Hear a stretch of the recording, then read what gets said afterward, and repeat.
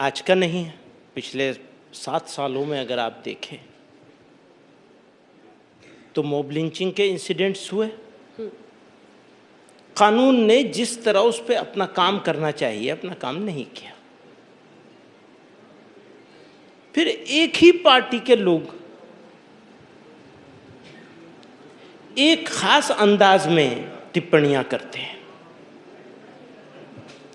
उससे आइसोलेशन होता है। वो हो रहा है, ये दूसरी बात है। आइसोलेशन आप कह रहे हैं कि मतलब देश में मुसलमान अपने आप को अलग थलग पा रहा है? अलग थलग करने के प्लानिंग के साथ ये काम किया जा रहा है। अच्छा, फिर ये होता है कि नफरत का जो भाषा है, जो भारत की रूह के खिलाफ है, रूह समझती है, आत्मा के खिलाफ, उस भाषा का जिस तरह इस्तेमाल किया जाता है गाली देने के लिए उनको जिनको एक समुदाय अपना सब कुछ मानता है। किसको क्या, ये समझाना पड़ेगा, इसमें संकेतों में हमारे प्रॉफिट हजरत मोहम्मद सल्लल्लाहु अलैहि वसल्लम जिनके लिए हमारा सब कुछ है, हाँ। उनको गाली दी जाती है। किसने दी, कहाँ दी? बहुत जगह हुआ है। इतना बढ़ गया ये मामला, इतना बढ़ गया कि बाकायदा जुलूस निकाल करके गालियां दी जाने लगी, नारे की शक्ल में होने लगा। एक बीजेपी नेता का नाम बताइए जिसने ये किया हो। मैं बीजेपी नेता की बात नहीं, बीजेपी की तो बात ही नहीं कर रहा हूं मैं। आपने तो सरकार पर आरोप लगाया ना। सरकार का इनएक्शन, सरकार का इनएक्शन। एक बात बताइए, एक बात बताइए। नहीं, हरिद्वार पर नहीं आऊंगा मैं पहले, हाँ, ठीक है। क्योंकि यह हरिद्वार तो एक अभी का है, लेकिन मैं तो पुराना आपको सिलसिले से जो हो रहा है उसके बारे में बता रहा हूं। त्रिपुरा में क्या हुआ, जुलूस निकाला गया और जुलूस में गालियां दी गई और कोई एक्शन अभी तक नहीं हुआ है। आप देख लीजिए, इतने दिन हो गए अभी तक कोई एक्शन नहीं हुआ है। हमारा कहना क्या है, हम पहले से कहते चले आए, कोई भी समुदाय के लोग हों, अगर वो अभद्र भाषा का इस्तेमाल करेंगे किसी समुदाय के खिलाफ या किसी बरगुजीदा शख्सियत, हम लोग उर्दू में कहते हैं, यानी बड़ों के खिलाफ, किसी के भी बड़े के खिलाफ कोई भी करेगा उस पर सख्त एक्शन होना चाहिए, वो कोई भी हो, चाहे मैं हूं चाहे कोई और हो। कुछ नहीं है।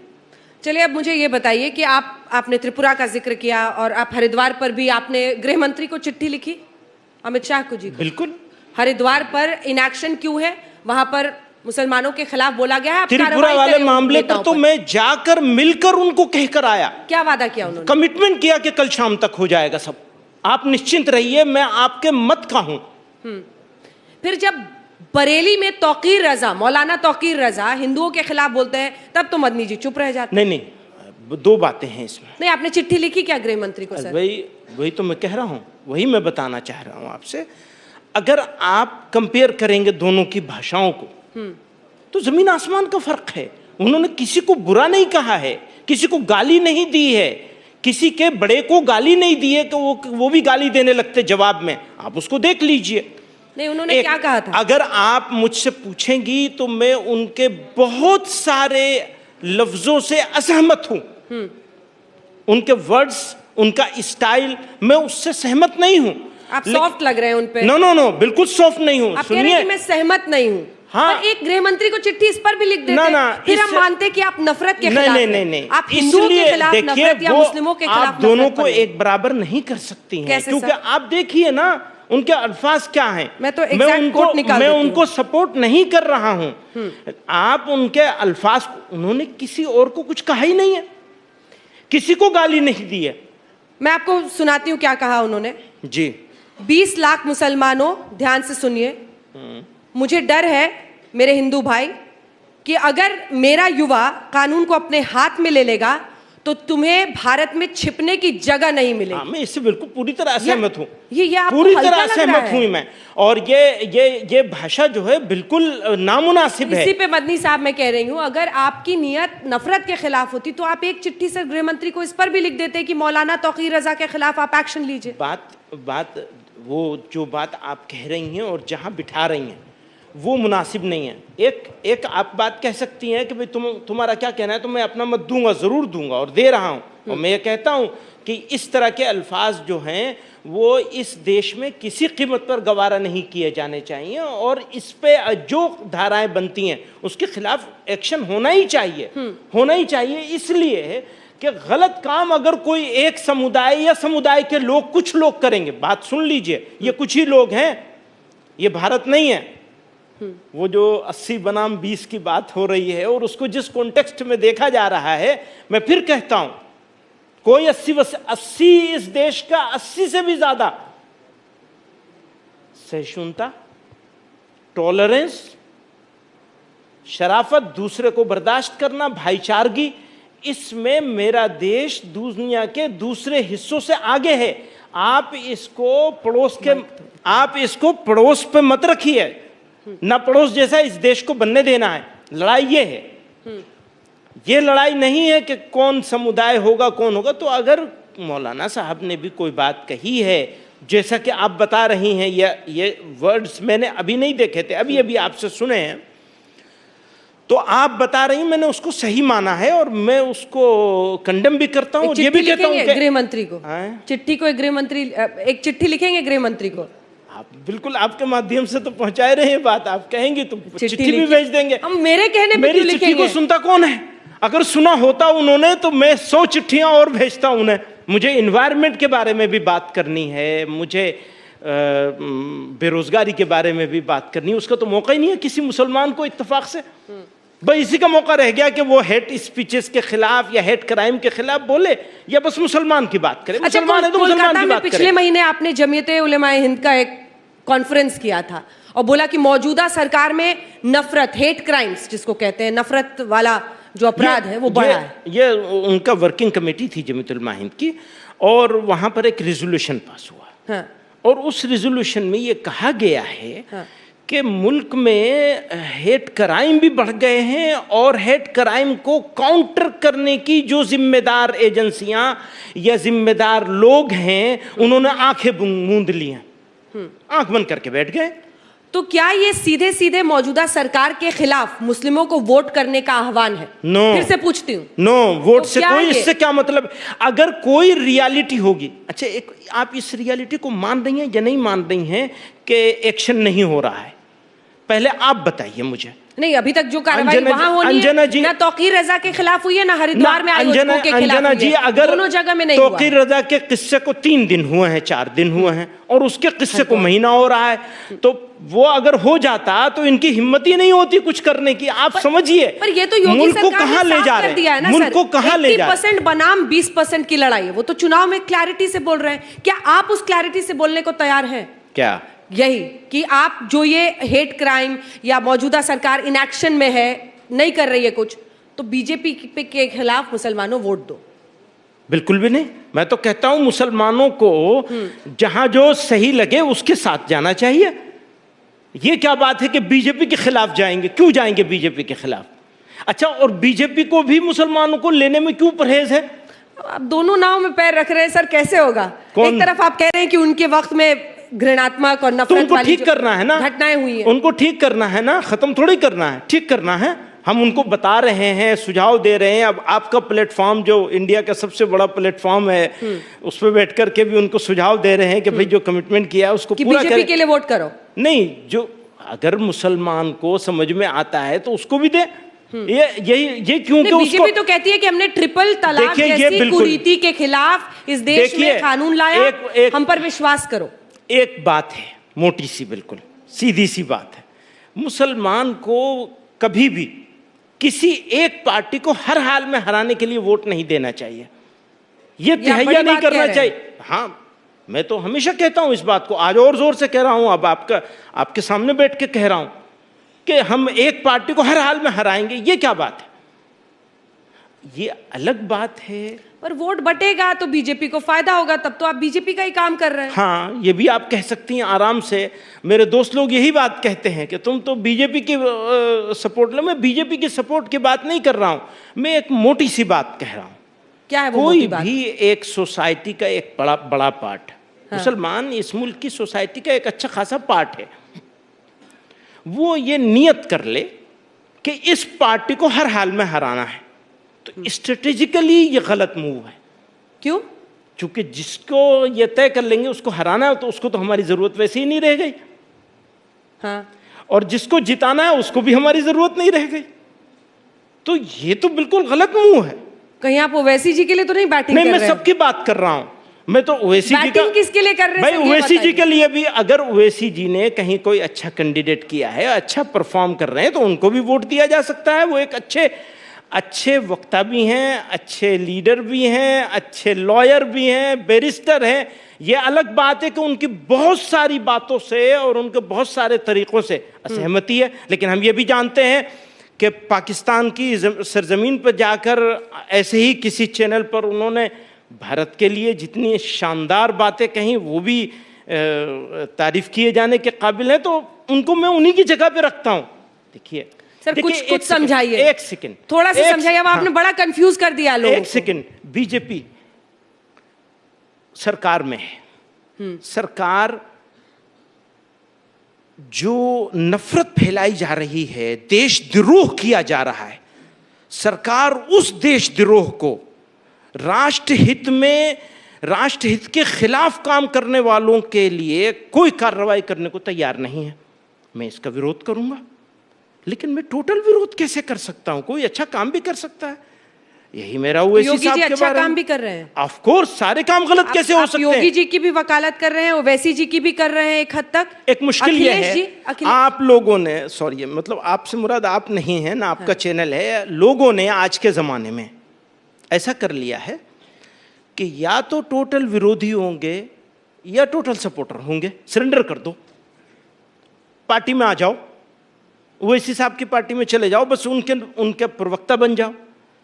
कोई भी आदमी, मैं हूं, मैं दो काम मुझसे अच्छे भी होते हैं, दो काम में गलती भी होती है, भूल भी होती है, गलत भी होता हूं। आपका काम क्या है? आप मुझे टोटल निगेट करते हैं। हाँ। या आपका ये काम है कि भाई ये दो काम तुम्हारे ठीक है, लेकिन ये दो कामों को ठीक करो। बात आपने पते की है सर, लेकिन वोट दो जगह नहीं दे सकते। वोट दो जगह नहीं दे सकते, वोट तो एक ही जगह देना पड़ता है। हाँ ठीक है, तो आप मुझसे पूछेंगी कि मुसलमान को, बीजेपी को हराना चाहिए, हर हाल में हराने के लिए इकट्ठा हो जाना चाहिए। ये संदेश तो फैलाया जाता है ना। कौन फैला रहा है? नहीं, पॉलिटिकल पार्टीज अपनी सहूलत के लिए, पॉलिटिकल पार्टीज अपनी सहूलत के लिए कर रही हैं। बीजेपी को भी इसमें फायदा है, पोलराइज करने का मौका मिलता है। ये तो सारे इकट्ठे हो गए, ये किंग मेकर बन जाएंगे मुसलमान। पोलराइज कर लेंगे इस बहाने से, तो फ्री में कर लेंगे। मुसलमान वोटर को फिर क्या मिलता है? क्या मिलता है उसको? गालियां मिलती हैं, शर्मिंदगी मिलती है, नफरत मिलती है। नहीं, अखिलेश यादव, इस बार कहा जा रहा है कि एनमास मुस्लिम वोट बैंक जो है वो समाजवादी पार्टी की तरफ में जाएगा।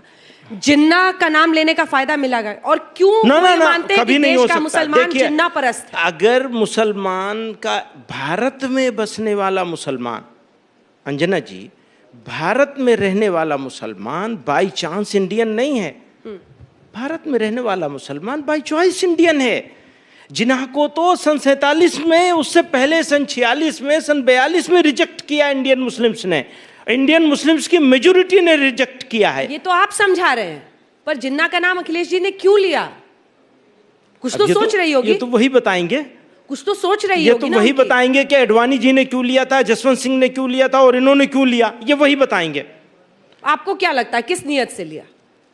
मुझे तो ऐसा लगता है कि पता नहीं, वो आउट ऑफ कॉन्टेक्स्ट अगर हो रहा है, मैंने उसको बहुत ज्यादा फॉलो नहीं किया, लेकिन मोटी सी बात है जो आप कह रही हैं उसको सही मान लेता हूं मैं। तो बेवकूफिया, कोई लेना देना नहीं है।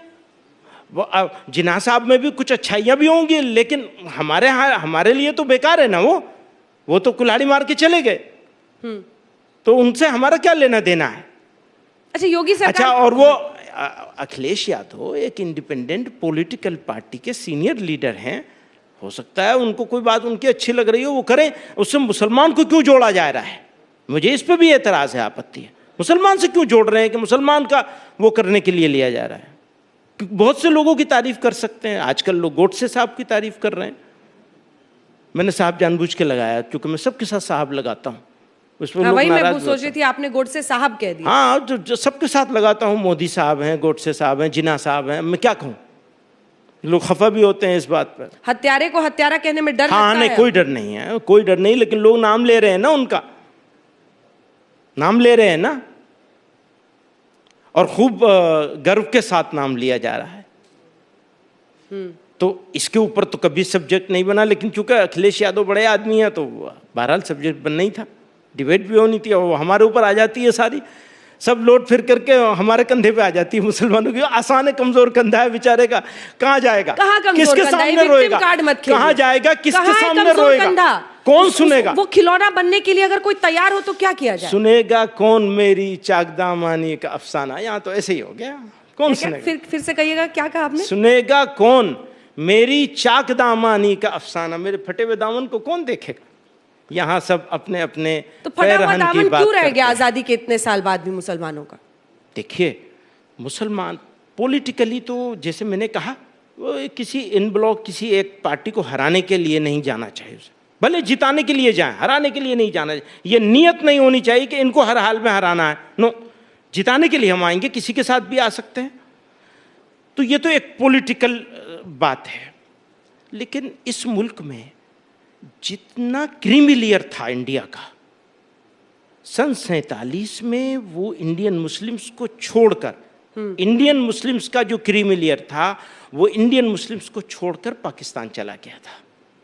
यहां तो गरीब लोग रह गए थे, जो रह गए थे उन्होंने इस मुल्क में 70 सालों में 75 सालों में जो अचीव किया है वो एक बड़ी खूबसूरत दास्तान है, उसको छुपा के रखने की कोई ज़रूरत नहीं है। और शुक्रिया अदा करना चाहिए उस प्लेटफॉर्म का जो इंडिया ने हमको दिया इस मुल्क में। हमने बहुत कुछ अचीव किया इस मुल्क में। भारत का मुसलमान इस इंडियन सब कॉन्टिनेंट के मुसलमानों से किसी तरह कम नहीं है, ज़्यादा ही है। बदकिस्मती से पॉलिटिकल रीजन से पॉलिटिकल पार्टीज ने एक खास सोच के तहत डिमोनाइजेशन का काम शुरू किया और हम लोग भी उसमें हिस्सा बन जाते हैं। तो अभी तो जैसे बाजार गर्म है, अंग्रेजी का शब्द आपने बोल दिया तो अपने दर्शकों को समझा दें। आप जो डिमोनाइजेशन कह रहे हैं, मतलब आप कह रहे हैं कि बदनाम करके, मुसलमानों को बदनाम कर दिया ना, नक्कू बना करके रख दिया गया। अभी तो आज तो नक्कू बना हुआ है मुसलमान। हाँ। लेकिन क्या वजह है? वैसे हर जगह यही बोलते हैं कि आप में से एक कोई भी मुस्लिम लीडर आज तक ऐसा मुसलमान नेता बड़ा यहाँ पर नहीं हुआ, जबकि सभी, चाहे वो अपना दल हो, अन्य अन्य पार्टियों का वो नाम लेते हैं, राजभर साहब की पार्टी, ओपी राजभर, सब अपने अपने समुदाय के लिए काम कर रहे हैं, वो उसी समुदाय से निकलता है। लेकिन मुस्लिम समुदाय में ऐसा कोई राजनेता जो सशक्त हो, जिसकी धाक चलती हो, वो नहीं बना। क्यों? देखिए, पॉलिटिक्स जो है उसको, मेरा मानना ऐसा है, हमारे देश में कम से कम हमें पॉलिटिक्स को रिलीजन से अलग रखना चाहिए। जब आप मजहब की बुनियाद पर पॉलिटिक्स करेंगे और पॉलिटिकल पर्पस से धर्म का उपयोग करेंगे, ये मेरे देश के सोशल फैब्रिक को, इसके समाजी ताने बाने को कमजोर करेगा। अब आप बैरिस्टर साहब की बुराई कर रहे हैं, ओवैसी साहब। पता नहीं किसकी बुराई कर रहा हूं, अभी थोड़ी देर में आप कहेंगे बीजेपी की बुराई कर रहा है। मुझे लगता है आप डिप्लोमेटिक है। नो, आप नो, बिल्कुल नहीं। आप चाह रहे हैं मैं एकदम डिप्लोमेटिक नहीं हूं, एकदम डिप्लोमेटिक नहीं हूं। सीधा साधा बात है, धर्म को न इधर वालों को न इधर वालों को, धर्म को सियासत से, राजनीति से अलग रखना चाहिए। इस मंच से आपका संदेश यही है कि आप किसी को हराने के लिए वोट मत कीजिए, आप देखिए कि कौन अच्छा कैंडिडेट है और वोट कीजिए। आपको लगता है कि इस तरह से वोटिंग होगी या मुस्लिम समुदाय वोट करेगा? पता नहीं क्या होगा, हो सकता है कहीं सिचुएशन ऐसी भी हो जैसा मैं कह रहा हूं, और कहीं सिचुएशन इसकी उलट भी हो, क्योंकि सूरत हाल ऐसी हो गई है, लोग इस तरह कंफ्यूज्ड हो गए हैं और इस तरह परेशानी में हैं कि वो क्या आप फैसला करेंगे मुझे नहीं मालूम है, लेकिन मेरी एक ओपिनियन थी, वो मैंने दी है आपको। क्या परेशानी आपसे लोग अगर शेयर करें, क्योंकि आप बार बार उस परेशानी का जिक्र कर रहे हैं, आप आइसोलेशन का जिक्र कर रहे हैं कि अलग थलग कर दिया गया वही है। मैंने कहा, क्या कहते हैं लोग आपसे? नफरत बढ़ाने की खिलवाड़ हो रहा है। नफरती तत्व जो हैं वो चाहे थोड़े से हों, अब वो वोकल हैं, वो जोरदार हैं, उनकी सुनी जाती है, और गवर्नमेंट का इनएक्शन है, खामोश बैठी, सुनवाई नहीं हो रही है। भाई कानून, भारत का जो संविधान है उसके तहत जो कानून मौजूद है उस कानून के मुताबिक एक्शन होना चाहिए। ये तो योगी जी तो कहते हैं कि देखिए हमारे राज्य में एक भी दंगा नहीं हुआ। क्या गलत कह रहे हैं वो? अच्छी बात है, इसीलिए मैंने कहा कि सबने कुछ न कुछ कह रहे हैं सबको अनुशासित रखते हैं, कंट्रोल में रखते हैं। कंट्रोल में भी रखते हैं, और उसके बाद जब मॉब लिंचिंग होती है तो उसके खिलाफ कार्रवाई भी नहीं करते, मॉब लिंचिंग करने वालों के खिलाफ। तो ये दोनों बातें हो रही हैं। वो तो कह रहे हैं मुस्लिम समुदाय में हम सबका साथ सबका विकास, घर उसको पक्का मिलेगा तो घर उसको भी हम धर्म देख के घर नहीं देते। ये सही भी हो सकता है और इसको वेलकम किया जाना चाहिए। नौकरियों में अगर बराबर अवसर मिले काबिलियत की बुनियाद पर तो इसको वेलकम किया जाना चाहिए। ट्रिपल तलाक कानून के खिलाफ जो कानून सरकार लाई उसको भी वेलकम करते हैं? देखिए, मैं उसके बारे में भी हमारा बहुत क्लियर मत है बिल्कुल। अगर आप ये समझती हैं कि इसके लाने से पोजीशन चेंज हो गई है तो ये आपकी गलतफहमी है। इसके लाने से कोई पोजीशन चेंज नहीं हुई है, अलबत्ता कहने का मौका मिल गया कि हमने ये कर दिया, वो किया कुछ नहीं है, हुआ कुछ नहीं है, उसका असर धरातल पे क्या होगा? वो कानून तो आ गया, कानून आने से फायदा क्या हुआ? जो इस देश में मौलानाओं ने इतने साल तक कुछ नहीं किया, जो महिलाओं का उत्पीड़न हो रहा था ट्रिपल तलाक के नाम पर, इंस्टेंट तलाक देते थे, अभी भी हो रहा है। तो आप रिपोर्ट कीजिए। किसको रिपोर्ट करेंगे? कौन सुनेगा? सुनता कौन है? जिस चीज की रिपोर्ट करते हैं उसी को नहीं सुना जाता तो उसको कौन सुनेगा? इम्प्लीमेंटेशन में क्या दिक्कत आ रही है? देखिए, मेरा जो आपका अनुभव बता, मेरा जो एक मत है वो बिल्कुल साफ है कि भारत के संविधान के निर्माताओं ने एक कमिटमेंट किया है। आप उस कमिटमेंट को मत तोड़िए किसी भी इशू को लेकर के, किसी भी तरह से। लोगों को उनकी मर्जी के मुताबिक जिंदगी गुजारने दीजिए, यही रियल इंडिपेंडेंस है। आप इस इंडिपेंडेंस को खत्म मत करिए। समाज में जो बुराइयां हैं, जैसे क्या बात ट्रिपल तलाक देना, अब उसी पे आ रहा हूं ना। अब आप सुनेंगे नहीं तो फिर अब वो मेरी बात को, छोटी छोटी बात को पकड़ेंगी तो मेन मुद्दे पे कैसे पहुंचेंगे? ऐसा हुआ, आपने जो समाजी बुराइयां हैं वो मुसलमानों में भी हैं और समाज के हर वर्ग में हैं, मुसलमानों में भी हैं, हिंदुओं में भी हैं, सब जगह बहुत सारी समाजी अलग अलग तरह की बुराइयां हैं। जहेज की प्रथा या डिस्क्रिमिनेशन है जेंडर बेस। ठीक है, मैं इसका जवाब दूं? जेंडर बेस, बस मेरा कंप्लीट हो जाए तो आपके तो सारे जवाब ही जवाब है। जेंडर बेस्ड डिस्क्रिमिनेशन है, समाज में मौजूद है, एक सच्चाई है समाज की। इसको दूर करने के लिए समाज की जिम्मेदारी पहले होती है। कानून एक काम करता है। 1971 से पाकिस्तान में कानून बना हुआ है, यही वाला जो मोदी जी ने अब बनाया है। बांग्लादेश में बना हुआ है, कई मुस्लिम देशों में। हाँ, लेकिन कोई हालत में कोई चेंजिंग नहीं आई है। हालत में चेंजिंग के लिए समाज को खुद जागरूक होना पड़ेगा। हत्या के खिलाफ भी कानून है सर, तो हत्या रुक थोड़ी जाती है। हाँ, ठीक, लेकिन कानून तो बना के रखेंगे ना। सारे मौलाना मैदान में कूद गए कि कानून ही गलत है, गलत मंशा से लाई गई। आप मुझे बताइए, चाहे वो सती प्रथा हो, चाहे दहेज हो, सबके खिलाफ कानून है ना। खिड़की दरवाजे तो हर धर्म को खोलने होंगे, रिफॉर्म के लिए तैयार रहना होगा। वो ठीक है, क्योंकि अशिक्षित बनाए रखो, घरों में सीमित रखो, अंधेरे में रखो। एक बात बताइए, आपको तो खुल के समर्थन करना चाहिए। सती के खिलाफ जब कानून बनाया गया तो समाज को इन्वॉल्व करके बनाया गया या समाज को इग्नोर करके बनाया गया? समाज को अलग करके बनाया गया या समाज के लोगों को सबको जोड़ के? कितनी वो देखिएगा, 70 साल तक किसी को समझ ही नहीं आया सर। आप लोग सब बैठे थे, किसी को समझ ही में नहीं आया कि इसको ठीक करने की जरूरत है। इसको ठीक करने की जरूरत है। कानून, मैं वही बात कह रहा हूँ कानून कि तो आप लाना ही पड़ेगा ना। कानून के जरिए से, ऑफ कोर्स कानून के जरिए से आप कुछ कर सकते हैं, आपके हाथ में भी कोई होता नहीं, कानून है। मसला हल नहीं होता है। प्रॉब्लम क्या है, मसला हल नहीं होता है, उल्टे आपने कटघरे में खड़ा कर दिया। जिस अंदाज से लेकर के आए, जिस अंदाज से मीडिया पर बहसें चली हैं और जिस अंदाज से उसको पेश किया गया, तो पूरी कम्युनिटी ने ये फील किया कि आपने उनको आइसोलेट किया है। आइसोलेट करने के लिए लाया गया उसको, वो भी एक पार्ट है। मैं उस जमाने में भी, के लिए लाया गया। आपके यहाँ शायद एक डिबेट में मुझे मौका मिला था कहने का, आप मौजूद थी। मैंने कहा था वे ऐसा कर दिया जैसे हर घर में तलाक ही हो रही है, हर मुसलमान मर्द अपनी औरत को तलाक दे रहा है, या हर घर में कोई ना कोई। भैया आप तलाक का रेशो तो उठा के देखिए कि किस सोसाइटी में ज्यादा तलाक हो रही है, किस सोसाइटी में कम हो रही है। ये आप उठा करके देख लीजिए। मुझे मालूम होता है आज इस पर आप बहस करेंगी तो मैं लेके आता, और किसी दिन, क्योंकि इसी के बनाम पर बीजेपी कहती है कि हमें महिलाओं ने वोट किया और महिलाएं जो है अच्छी बात वो है, हमारे लिए वोट करती है। इसलिए किया हो या किसी लिए किया हो, मुसलमानों कि आप जैसे मौलाना तो नाराज है, मुसलमानों को जो कट्टर है वो गुस्से में है, लेकिन महिलाएं खुश हैं, मुसलमानों को मैं यही कहता हूँ अच्छी बात है। अगर ये हो रहा है तो ये अच्छी बात है। किस वजह से हो रहा है ये मुझे नहीं मालूम, लेकिन आप कह रही हैं कि महिलाओं ने यानी मुसलमानों के एक पार्ट ने, मैं नहीं कह रही, बीजेपी का दावा है। अच्छा, अब बीजेपी का दावा है तो उसको मैं क्या कहूँगा बीजेपी के दावों के ऊपर।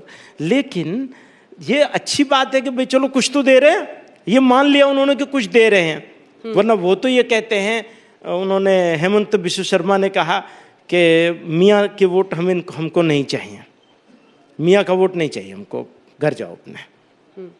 तो ऐसा भी है। 80% 20% वाला वही तो खेल है, फिर इसको समझने में क्या दिक्कत है? योगी जी भी कह रहे हैं कि 80% बनाम 20% का। अच्छा कह रहे हैं वो, इसको कैसा इंटरप्रेट कर रहे हैं आप कह रहे हैं क्या? योगी जी ने कहा है कि 80% बनाम 20% का ये चुनाव है। 20 का मतलब कैसे इंटरप्रेट कर? 20 का मतलब आप मुसलमान बता रहे हैं। बताइए आप इंटरप्रेट कैसे कर रहे हैं? पता नहीं, मैं तो ये कहता हूँ, मैं तो ये समझता हूँ कि वो ये समझाना चाह रहे हैं कि इस देश की 80% जनता मेरे साथ है।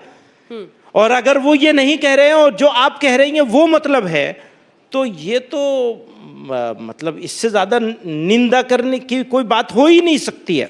ध्रुवीकरण की पॉलिटिक्स तो होती है मदनी जी, ये आपको भी पता है। ये समाजवादी पार्टी को भी सूट करता है, वो चाहते हैं कि मुस्लिम वोट हमारी तरफ आए, और दूसरी तरफ ये बीजेपी को भी सूट करता है।